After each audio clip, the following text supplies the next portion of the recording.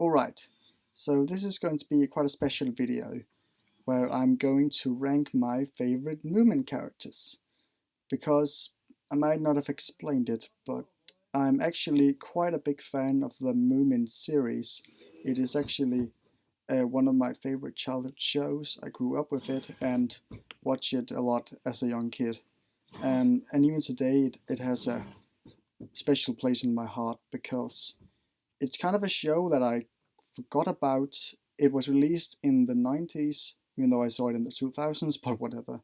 And I, of course, remember watching it back then, but then some time passed by, and then I discovered it in Covent Garden in London, of all places, this Moomin shop, and that made me remember this series and how unique and incredible it was. And that inspired me to do this list because I just recently got into it again.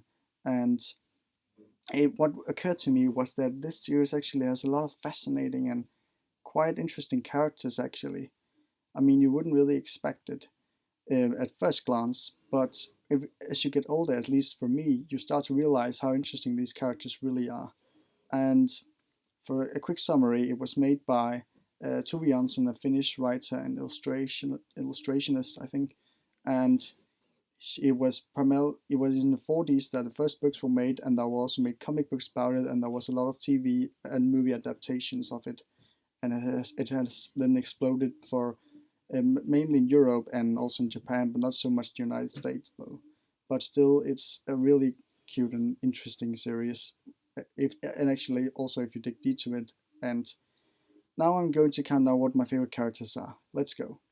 Now, first off, we have Elisa, and I think she's okay. She's not really deep and really, fascinating characters as the others, but she does her job well. She's kind of like and even though she just basically appears like halfway through the show in the original anime, which I watched, um, she does serve a good purpose at least, and she's kind of this rebellious teen witch who goes against her grandmother and her norms, and that's a good arc. And even though, again, she doesn't have that much influence, she's still a good character. You can't really hate her, so I'd say she's an okay. Now, the Hatifatteners, I would actually say are in the good category, because I remember them having a special impact on me as a kid. They were kind of frightening for me. I remember one episode where they freaking electrocuted Moomin of all things, and that really hit me. But at the same time, I find them very intriguing, these ghostly apparitions in a way, because there was just something about them, their mystery, that was really captivating, and they were actually really explored more and more in the show and also in the books, and I really liked that. They were just these unique creations that I really couldn't help but really be fascinated about. So wherefore they aren't good. Now, I think this might be Sniff's father, but I'm not really sure. I think he's the Hodgkins sort of. I don't really know, but I think he's just bad. I mean, it's I can definitely see it's one of Moomin father's friends, Moominpappa's friends when he was younger, but I don't really remember him having that big of an impact. And yeah, he's just sort of there. Not really something special about him. So yeah, that's all I can say. Now, the police inspector, I would actually think isn't great. Yeah, actually, because I know a lot of people don't really mind him, but I actually found him to be quite enjoyable, both as a kid and now as an adult/adolescent. And there's just something about his way of dealing with things. He's basically the only policeman in the entire Moomin Valley, but he does his job good. And there's also kind of he has an arc of himself with him trying to fall in love with, or falling in love with Mimble, my big sister, which I'll get to later. But and that's kind of cute. So I'd say he's actually one of my favorites. There's just really something about him that I really like. He has a good purpose, and he's kind of funny sometimes. So I'd say he's great. Now, Little Mai is the first one I'll definitely put in best category, because she there's just she's so incredible, such an incredible character. There's no other kid character quite like her. She's just so unique, and I really like that. The fact that she is just kind of this really abrasive, really rude, and really kind of a brat, a little kid, like they are. But at the same time, she also has a lot of authority in a way.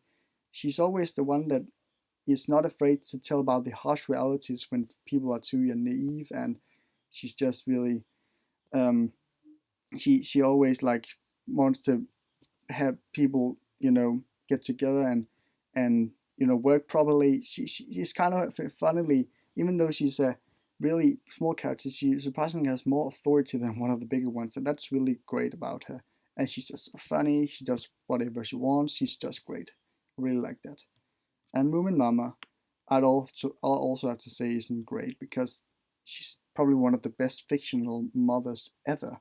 She's just she's just so comforting. She's nice. She's really caring. She's just so good to be around, and she's just phenomenal. I mean, I think everybody who watched this show wanted to have her as a mother, even though the mother was probably good enough because it was just she's just so pleasant. I really like her for that. I like she's the ideal mother in a way, and the things she does for Moomin is just incredible. She freaking bakes a cake even when the world is about to end and come in Moominland, which is just a great nostalgic masterpiece, by the way, for me. But yeah, and she's just that's just really something about her that I really like, and that's why she's in great. Now, Moominpappa, actually, I will also say is in the best category. Actually, even better than Little Mai, because this is just a character that has really always intrigued me in a particular for a particular reason. And I think that's probably because he has given a lot more depth than a lot of the other characters. He has been with the cast since the very start, since the very first book, and he's also it's actually quite intriguing because he has, for one, a preg story compared to much of the other characters. In fact, he has such a fascinating one they made an entire book about it, and it really explores his childhood and the adventures he went on. And the interesting thing is that when he gets older, he's kind of more of a man in the midlife crisis who has to go, who misses adventure. And then we can really relate to that because he was on a lot of great adventures when he was a kid, and it's understandable that he can't do that now. In a way, he's really an adult character, and I really like him for that. He's just one of the best. Now here comes the main character himself, Moomintroll, and he's also great. I mean, it's freaking Moomintroll, but I also think there's a lot more to him than people would think.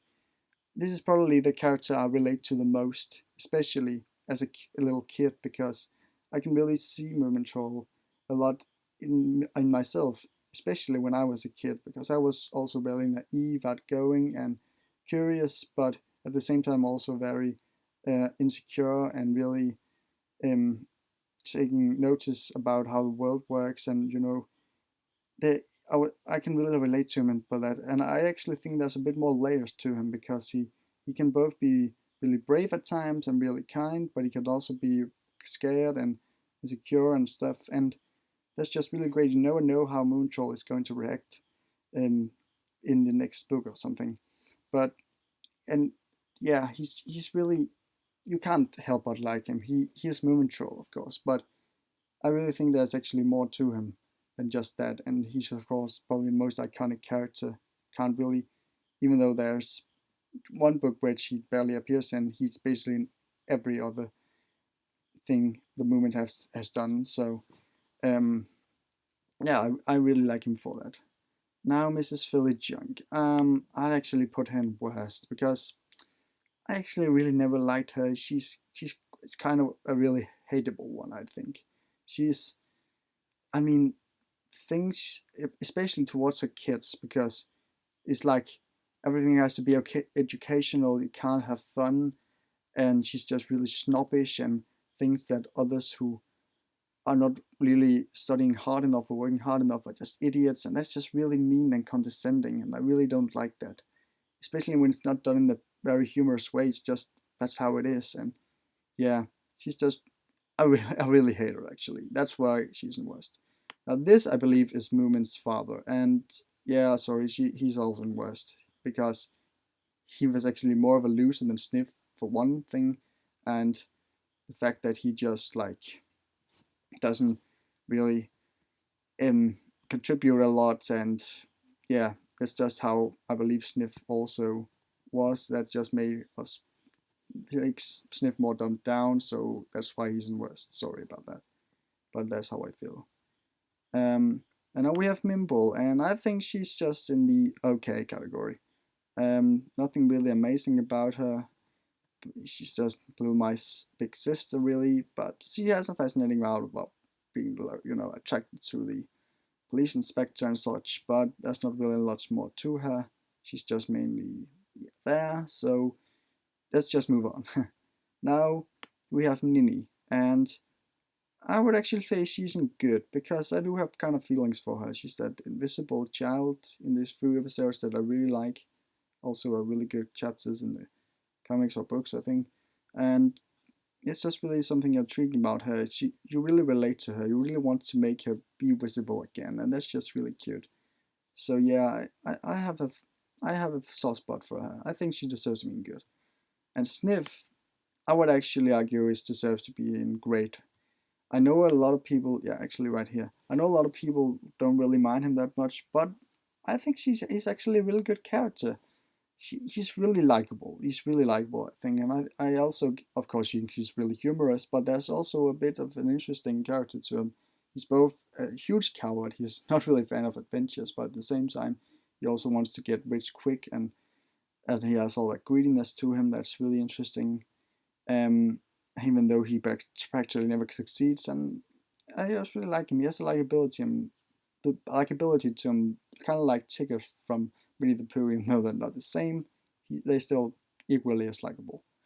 Now he is the Snork, and I'd say he is in the okay category. Probably a little bit better than Mimble, and you see, he's just this inventor guy. You don't really see him that much in the show and the books, I think. Um, he's of course useful in a lot of ways, and the inventions are really great, but he's not really that much interesting as a character, I think. So that's why he's just an okay, I think. And now here is his sister Snorkmaiden. Now this might be a bit controversial, but I'd actually say she isn't great. Now, hear me out. Yeah, actually right here. Hear me out. Even though I think there's flaws to her, I strangely really kind of like her as a character. And that's kind of weird. Actually, I did have quite a crush on her as a kid, funnily enough.